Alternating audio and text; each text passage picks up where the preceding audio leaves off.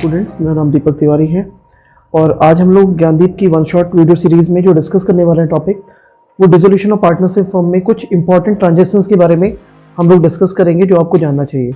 ध्यान रखिएगा, वो इंपॉर्टेंट ट्रांजेक्शन जिनके बारे में स्टूडेंट्स को कन्फ्यूज़न होता है कि उसको कैसे ट्रीट करें, उसे रिलेशन अकाउंट में दिखाएं या फिर कैपिटल अकाउंट में दिखाएं या फिर बैंक अकाउंट में दिखाएं, उसको लेके एक कन्फ्यूज़न बना रहता है। तो उन्हीं सारी टर्म्स को हम लोग यहाँ पे एक्सप्लेन करेंगे और आपको ये देखना चाहिए। तो बिना देरी किए हम लोग स्टार्ट करते हैं। हमने dissolution of partnership firm chapter के बारे में डिस्कस किया था। अभी जो हम डिस्कस करने वाले हैं, some important transactions given to the balance sheet. ध्यान रखिएगा, कुछ ऐसी ट्रांजेक्शन जो हमें बैलेंस शीट में गिवन होती हैं और थोड़ा सा हमारे लिए कन्फ्यूजन क्रिएट करती हैं कि उसे हम कैसे दिखाएं।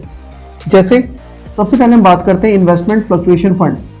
ध्यान रखना, इन्वेस्टमेंट फ्लक्चुएशन फंड, इसे हम इन्वेस्टमेंट फ्लक्चुएशन रिजर्व भी कहते हैं। आपको क्या करना है, only transfer into realisation account but not paid.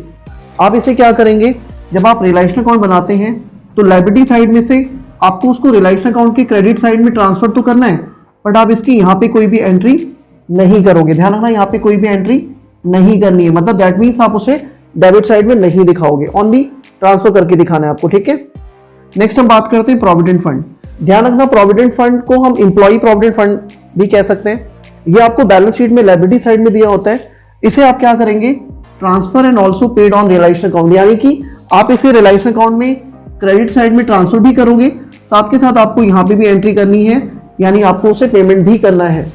अगर आपको एडजस्टमेंट में नीचे गिवन है कि इतना अमाउंट आप पे करो, तब तो आप वही अमाउंट दिखाएंगे। अदरवाइज बाय डिफॉल्ट जितना भी आपका प्रोविडेंट फंड है वो पूरा का पूरा आपको पे करना होगा। नेक्स्ट हम बात करते हैं डेप्रिसिएशन रिजर्व। ध्यान रखना, जो डेप्रिसिएशन रिजर्व है इसे भी आप क्या करते हैं, रिलेशन अकाउंट में ट्रांसफर तो करोगे बट आप उसे पेमेंट नहीं करोगे, ठीक है।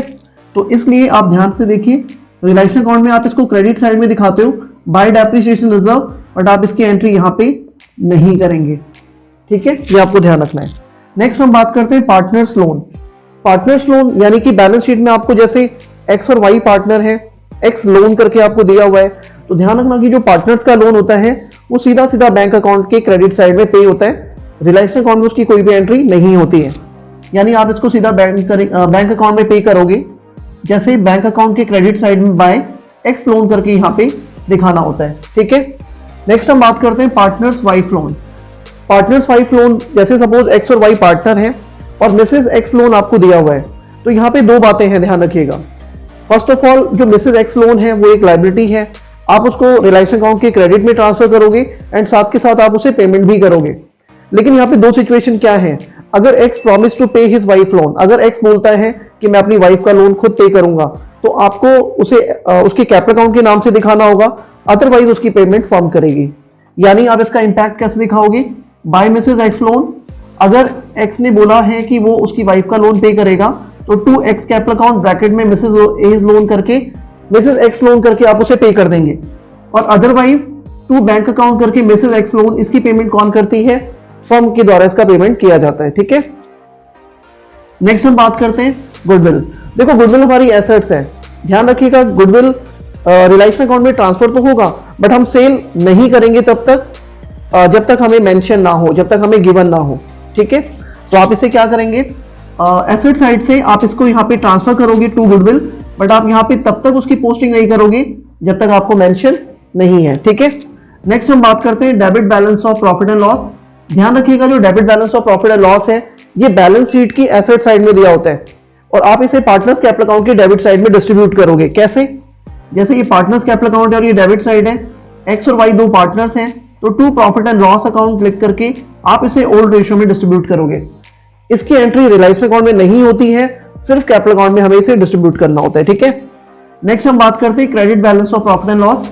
ध्यान रखिएगा, जो credit balance of profit and loss है ये आपको बैलेंस शीट की लायबिलिटी साइड में दिया होता है, और लायबिलिटी साइड में दिया होने के कारण आप इसे कैपिटल अकाउंट की क्रेडिट साइड में डिस्ट्रीब्यूट करोगे, वो भी ओल्ड रेशियो में, ठीक है। किस तरह से दिखाएंगे आप इसे, जैसे ये पार्टनर्स कैपिटल अकाउंट है और ये क्रेडिट साइड है, तो by profit and loss x और वाई में डिस्ट्रीब्यूट करेंगे उनके ओल्ड रेशियोज में, इसे भी हमें रिलेशन अकाउंट में नहीं दिखाना है, ठीक है। नेक्स्ट हम बात करते हैं वर्कमैन कंपनसेशन रिजर्व। देखो, वर्कमैन कंपनसेशन रिजर्व आपको लायबिलिटी साइड में दिया होता है, इसे भी आप पार्टनर्स कैपिटल अकाउंट के क्रेडिट साइड में डिस्ट्रीब्यूट करोगे, ओल्ड रेशियो में डिस्ट्रीब्यूट करना है, आपको रिलेशन अकाउंट में बिल्कुल भी नहीं दिखाना है, ठीक है। तो आप इसे by workman compensation reserve X और वाई में उनके ओल्ड रेशियो में डिस्ट्रीब्यूट करते हैं। ठीक, नेक्स्ट हम बात करते हैं एडवर्टाइजमेंट सस्पेंस या फिर एडवर्टाइजमेंट एक्सपेंडिचर। ध्यान रखना, लॉस इन बिजनेस ऐसे भी आपको दिया हो सकता है।